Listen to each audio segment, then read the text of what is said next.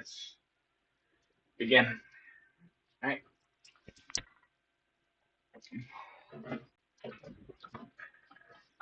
Part 1.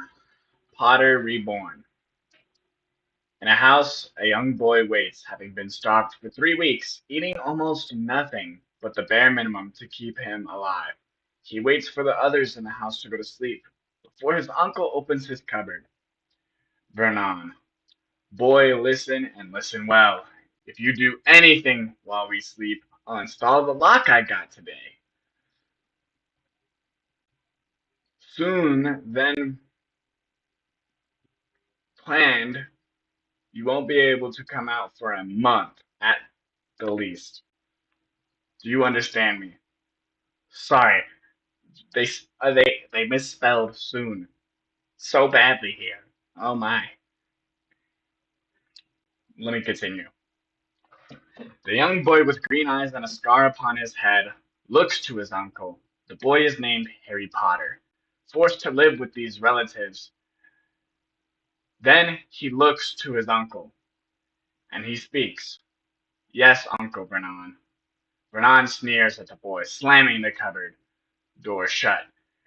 As it, Harry turns the lights off and waits for the right time. His stomach growls at him, demanding food. As he sits and waits, hours pass. Before Harry thinks he's safe, he quietly opens the cupboard and makes his way out towards the fridge, getting food and trying to get back. Unfortunately, the boy trips and hits the ground as he hears his uncle come down the stairs. He looks up and comes face to face with his uncle, who in his tired state becomes enraged. Reaching towards the door, he grabs a belt and begins beating the boy with it, even using it as a whip and hitting the boy's back until blood begins to pour out of the boy's back. Vernon grabs the boy and throws him into the cupboard and installs the lock. Vernon then speaks again. I warned you, boy. You will not be coming out of there for a month.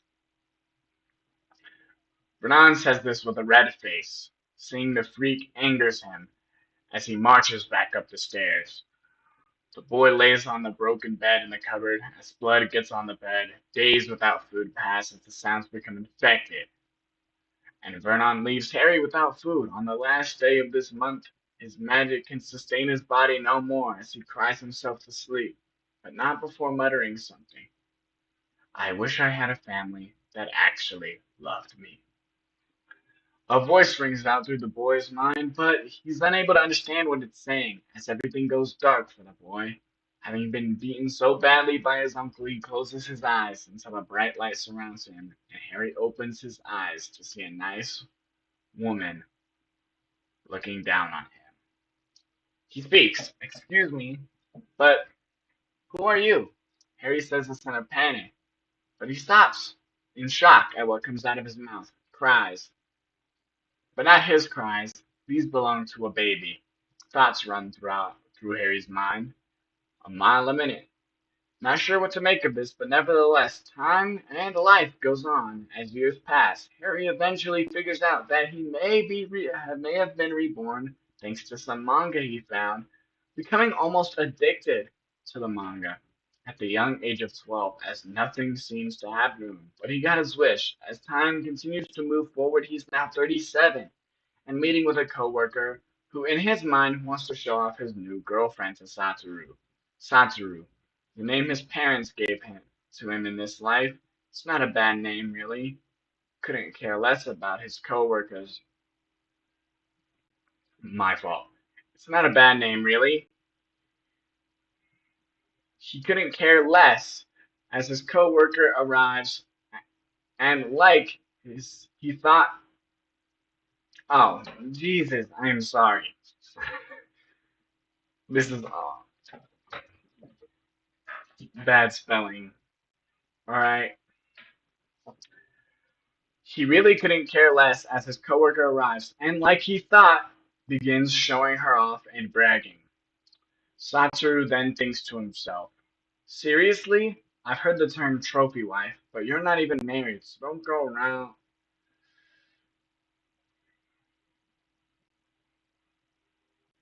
Oh, I'm sorry. I've mispronounce this again. Jeez, Satoru thinks. I've heard the term trophy wife, but you're not even married, so don't go too crazy. Jeez, this guy.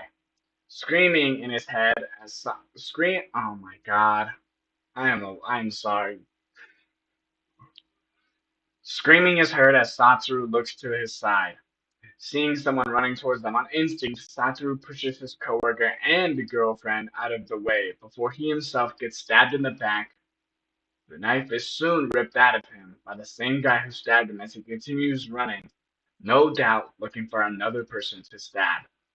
Satoru falls onto the ground, thoughts running through his mind. He wishes these times being far different than the last one. The same voice from before rings through his head, and he can finally understand it.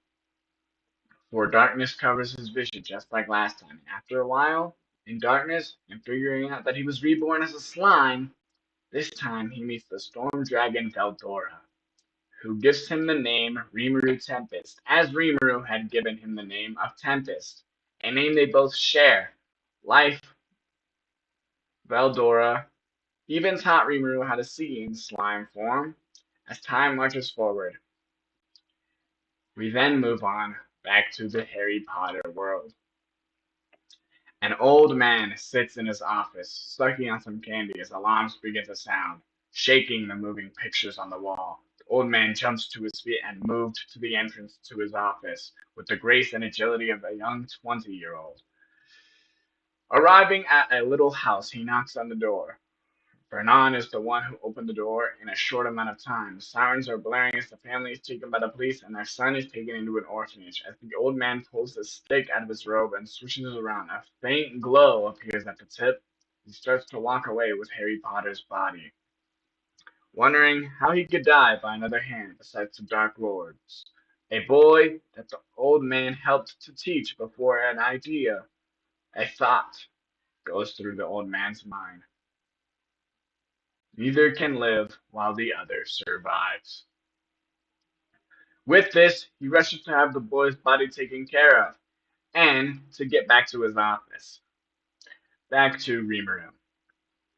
Rimuru sits at a round table, being forced to come up with a new name for the Demon Lords as he killed one named Clayman, and two retired, Rimuru having to join their ranks. And being the newbie, they decided that he can name them. The name he came up with, the 8-star Demon Lords, getting the agreement. Rimuru's life continues, unknown to him how different time has flown in the 3 different worlds. To be continued.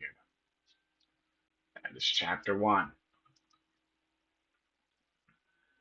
Part 2. A normal day for Rimuru.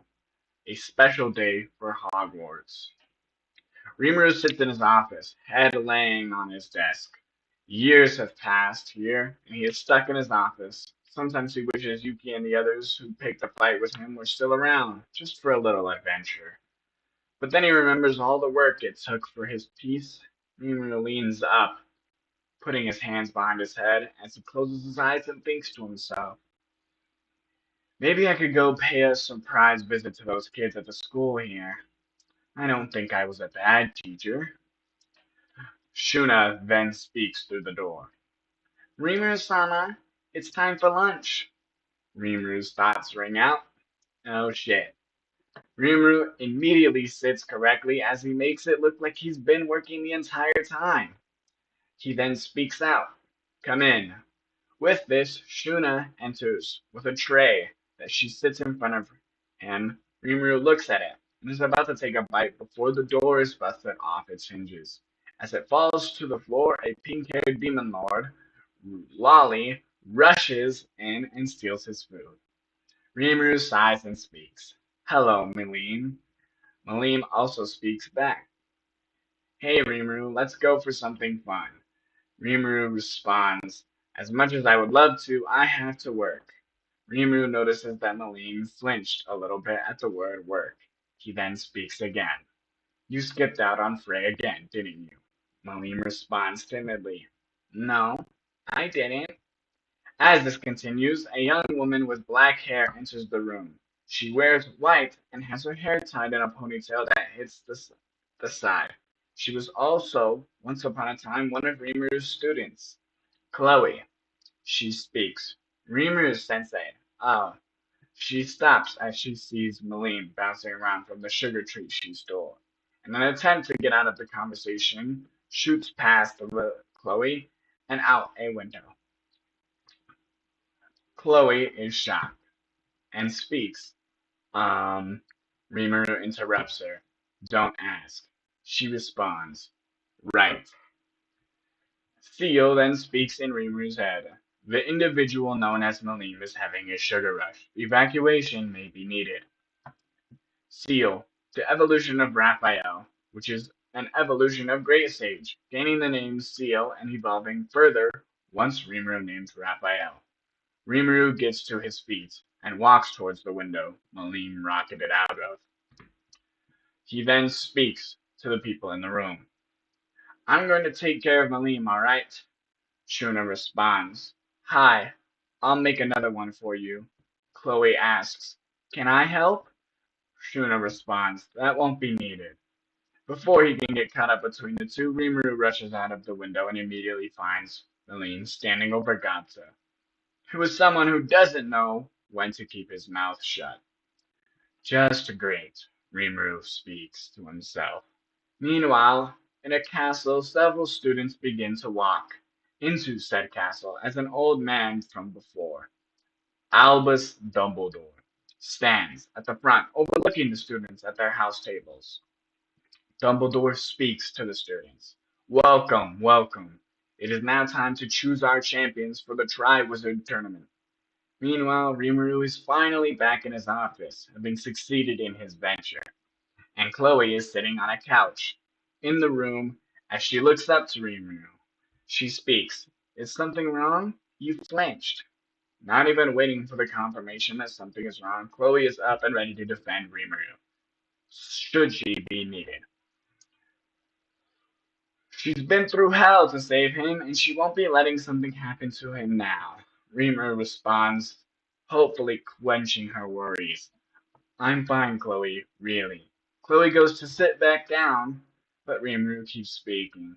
More importantly, I think I'm done working for today. Chloe responds, Then what will you do? I think I'm going to the hot spring, Rimuru responds. Chloe watches as Rimuru gets up and goes to walk out the door before she grabs his arm. She speaks, I'll go with you. Rimuru, and? Sure, sure. Chloe then asks, Can I carry you? Rimuru looks at Chloe, sighing before he turns into his slime form, and he bounces into Chloe's arms as Shuna comes back, and the two immediately have a glaring contest. Rimuru thinks to himself, Probably should have waited till we were outside. More important, I felt a tug. I wonder what's going on. Part 3. Rimuru's new adventure begins. Dumbledore has just called out the names of the champions as the fire turns blue and they all look to the goblet of fire strangely as a piece of paper shoots out. Dumbledore catches it reading it. Harry Potter.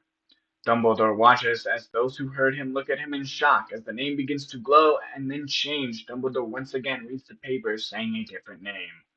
Rimuru Tempest. Meanwhile, Rimuru is sitting comfortably in his office, looking over some things. Chloe sitting on the couch in the office. Rimuru then again feels a tug once more, as he thinks to himself, That was weird. The fire... Sorry.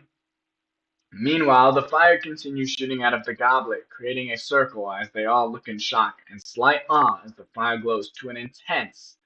Even Dumbledore must take caution, as Rimuru's eyes widen and a light begins to surround him. Chloe immediately jumps to Rimuru, calling his name, as she manages to touch him just before he disappears.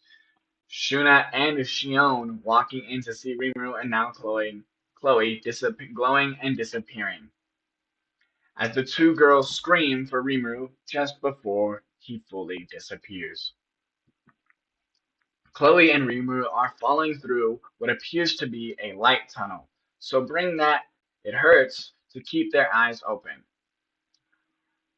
Slamming onto a hard floor, Rimuru goes to get up before Chloe falls on top of him, speaking. I'm sorry. He responds, it's okay. Dumbledore then speaks out. Two people? He questions. Rimuru looks up, seeing the older man as Chloe gets off of him and helps him to stand. She speaks. Sorry again, I didn't mean to land on you, Rimuru-sensei. Rimuru quells her worries. Like I said, it's fine. More importantly, where are we? Chloe and Rimuru look around in shock as Dumbledore answers their question. You are in Hogwarts, School of Witchcraft and Wizardry. Rimuru responds with a bland, eh? Chloe responds, a school.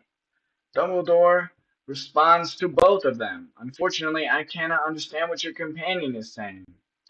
Rimuru then looks to Chloe and tells her to speak in English. Chloe then fixes her speaking and speaks. Oh, right. Sorry. Dumbledore looks at her strangely as he thinks to himself. She spoke English without any magic involved, as if she's been speaking it for some time. A man with a scarred face looks to Dumbledore and speaks. Albus. The man responds, yes, of course. Knight, I ask which of you is Harry Potter? Rimuru perks up at the name, giving Dumbledore his answer. And Dumbledore then continues. I must ask that you come this way. I will of course explain everything in time. Rimuru is about to say no and stops, in a single motion to Chloe. Ah yes, your companion may stay here and enjoy the feast. Rimuru looks to Chloe, who doesn't look like she wishes to leave Rimuru's side. Rimuru speaks. Stay here and don't cause trouble. Chloe looks almost insulted before sighing and nodding her head as Rimuru walks to the room that Dumbledore points at. Part 4. A Champion. Walking down a set of stairs, Rimuru looks at all the trophies on the wall, and pedestals. A trophy room? Why send me here? Seal's voice rings out in his head. Husband, there are 3 others in this room. Rimuru hums to himself before coming face to face with 3 people. 2 males and 1 female. Rimuru watches as the girl throws back her hair, walking up to him. What is it do they want us back in the hall? Rimuru thinks to himself. An accent. From the way she's speaking, I'd say French. At this, several others walk in, arguing, a tall, loud woman almost yelling at the older man that Rimuru, if he heard correctly, is named Albus. And from the way several are speaking to him, Rimuru would say the name Albus Dumbledore. A strange name, Dumbledore, Rimuru thinks to himself as another man walks towards Rimuru in almost a hurry, shouting, It's extraordinary! He's been brought back from the dead! Though, why does he have the appearance of a young woman? Another man walks past wearing all black. Almost jokingly, he says, perhaps Potter was so blessed he got another life after death. Rimuru looks to him and actually speaks. Actually, that's true. Seeing no reason not to just say it, it would probably complicate things more if he didn't, so he just tells them that yes, he did get another life after he died as Harry Potter. Shocking all in the room from the Shocking all in the room. The girl from before walks towards him, looking him over. A boy reborn as a girl? She speaks. Rimuru, quietly in his mind, thanks Seal for getting rid of the accent and helping him understand what she's saying. It then dawns on Rimuru what she said, looking at the girl. He speaks. I'm not a girl, and second, my name is Rimuru Tempest. The girl looks at him in shock. This boy is far more beautiful than herself. She wonders if Rimuru is telling the truth about being a boy. Rimuru then thinks to himself again. Geez, I have to deal with this all the time. Makes me wish someone was here to deal with this for me. Someone like... Wait, no, never mind. That would go all sorts of wrong. A man speaks. It is true, then. This is Harry Potter. and he is the Tri-Wizard champion. What? I didn't sign up for some tournament. This is completely unfair. Rimuru thinks to himself as he looks around at the adults in the room, while the other three champions look in shock. Rimuru then speaks. Hey, I didn't sign up. That's not right. Why must I be a champion? The man answers his question. You have no choice. The Goblet of Fire creates a contract with the champions. I'm afraid by choice or not, you are a Tri-Wizard champion. Rimuru is then told the rules of the tournament and the power of the Goblet of Fire, though they wonder why it brought him back. A man with a mustache says it may have been an ancient summoning magic, magic that they believe to be lost to them and will likely stay that way. After minutes of conversation, Rimuru is let go along with the others as he tries to go back to Chloe to talk things over with her. And Seal, he is stopped by the old man. Dumbledore speaks. Mr. Tempest, if I may have a word with you, I believe I have someone who you would be interested in meeting. Two people, actually. Rimuru looks back as the man in black seems to want to protest, allowing whoever these people are into the castle. Rimuru speaks. That's fine, but I would like to bring Chloe if that's all right. Dumbledore speaks again. You mean the girl? Why, yes, I believe that's fine. Right, Rimuru says. Professor McGonagall will lead you to my office once you have found Miss Chloe, then. Rimuru nods as a lady with a green cloak follows him and glances at him. She speaks. Mr. P. Mr. Tempest. She corrects herself. Rimuru looks back at her. She then speaks. I'm sorry for what happened to you. Takes Rimuru for a few seconds to understand what she was meaning. Figuring she's referring to his first death, Rimuru stops and looks at her fully with a smile on his face. It's all right. I don't blame you, so you don't really have anything to apologize for. McGonagall looks at the young man with the appearance of a beautiful girl nodding her head as she follows to grab Chloe, then to go to Dumbledore's office as soon as they arrive. In the Great Hall, Chloe jumps up and is almost immediately in front of Rimuru, almost having crashed into him. She speaks. So, what's the story? Rimuru answers her questions. One, I have to compete in a tournament. Two, we need to go to an office, and from the way everyone seems to treat him, it would appear he is the headmaster. Chloe then speaks. They're not anything like, you know. Chloe looks to McGonagall, and instead of saying the name of the person she's thinking, she simply helps Rimuru will understand what she means. Rimuru answers her. Don't know yet, but I would say so, at least not yet. McGonagall coughs into her hand and speaks. Best we not be late. This way. Right, let's go, Chloe. Rimuru speaks, and she responds, Hi, and they go off to Dumbledore's office. Part 5. Godfather. Rimuru and Chloe walk, following McGonagall to Dumbledore's office as McGonagall says, Someone in the creature in front of the office turns, revealing S stairs running up as they walk upwards. After McGonagall motions for them to do so, getting to a door and entering it, they see four people. Dumbledore, a man in all black, from earlier. He appears to be glaring at the man in a purple trench coat, as the man in an odd, old-looking suit appears to be trying to stop the fight between the two. Come on, Sneebulus, don't be such a bee. The rugged man. Sirius, don't be rude. Said man responds, Be quiet, Remus. Sylvius then speaks, Must you two always behave like an old married couple? Sirius responds, Why don't you run along and play with your chemistry stats, Neevilus? As they bicker, Dumbledore ends. I must agree with Remus, Sirius, Severus. Calm yourselves. Rimuru thinks to himself, This is uncomfortable. Chloe shuts the door behind herself and Rimuru, getting everyone's attention as they stop arguing and look to the two. Sirius and Rimuru's eyes landing on Rimuru. Sirius, speaks, Harry, only to get the response of, uh.